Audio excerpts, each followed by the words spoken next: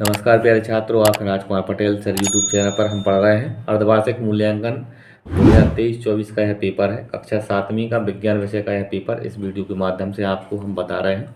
इस पेपर के माध्यम से आपको यह अनुमान लग जाएगा कि 2024-25 का जो पेपर है वो किस प्रकार से आएगा और कैसा पेपर में प्रश्न आते हैं। यह पेपर जो है 60 नंबर का पेपर है। देखते हैं, सबसे पहले बहुविकल्पीय प्रश्न है। प्रश्न क्रमांक 1 से लेकर 5 तक के जो प्रश्न है वो विकल्प वाले प्रश्न है और प्रत्येक प्रश्न का 1 नंबर 1 अंक निर्धारित है। प्रश्न पहला है, पत्तियों की सतह पर पाए जाने वाले सूक्ष्म छिद्र जो गैसों का आदान प्रदान करते हैं कहलाते हैं, तो वो रंध्र कहलाते हैं, जिन्हें हम स्टोमेटा कहते हैं। डी विकल्प इसका सही होगा। प्रश्न क्रमांक दूसरा है, क्षुद्रांत की आंतरिक भित्ति पर अंगुलियों की समान संरचनाएं कहलाती हैं, ये दीर्घरोम कहलाते हैं। पहले विकल्प को हम सही करेंगे, दीर्घरोम। प्रश्न क्रमांक तीसरा है, डॉक्टरी थर्मामीटर के बल्ब में किस धातु का उपयोग किया जाता है? इसका बी विकल्प सही है, पारा। प्रश्न क्रमांक चौथा है, गर्म वस्तु से ठंडी वस्तु की ओर ऊष्मा का स्थानांतरण किस विधि द्वारा होता है? इसका बी विकल्प सही है, संवहन विधि द्वारा। आगे देखें, पांचवा प्रश्न है, गुड़हल की पुष्प की पंखुड़ियों का बना सूचक अम्लों के साथ रंग देता है, हरा रंग देता है। बी विकल्प को हम सही करेंगे, हरा। प्रश्न क्रमांक 6 से लेकर 10 तक के जो प्रश्न है वो रिक्त स्थान है और प्रत्येक प्रश्न का 1 नंबर निर्धारित है।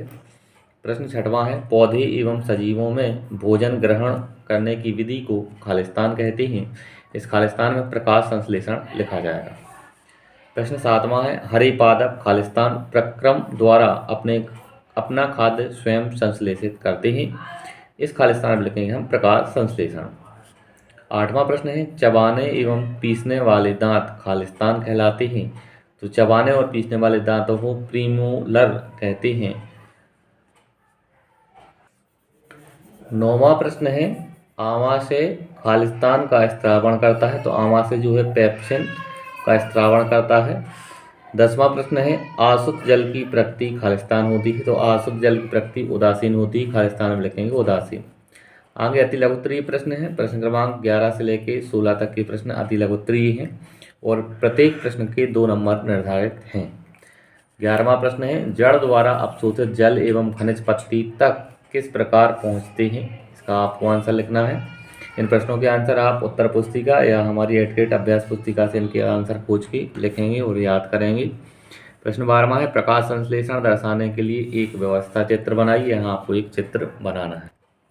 प्रश्न 13वां है, मानव पाचन तंत्र में पाचक रस स्त्रावित करने वाली प्रमुख ग्रंथियों के नाम लिखिए। 14वां प्रश्न है, ऐसे पदार्थ जो ऊष्मा का स्थानांतरण नहीं करते उनको परिभाषित कर उदाहरण लिखिए। 15वां प्रश्न है, क्या ऐसी भवनों का निर्माण संभव है जिसमें मौसम के अनुसार प्रभाव ठंडा या गर्म ना हो?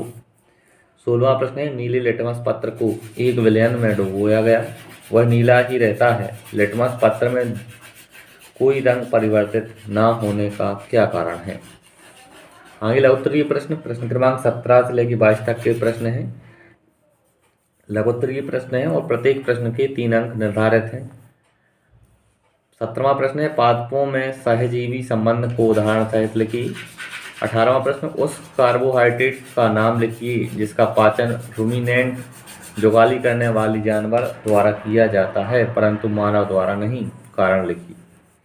19वां प्रश्न है, प्रयोगशाला तापमापी तथा डॉक्टरी थर्मामीटर के बीच समानताएं अथवा अंतर लिखिए। 20वां प्रश्न है, काला पॉलिश किए पात्र एवं श्वेत पॉलिश किए पात्र में पानी भरकर दोपहर में 2 घंटे रखने पर किस पात्र का पानी कम गर्म होगा एवं क्यों?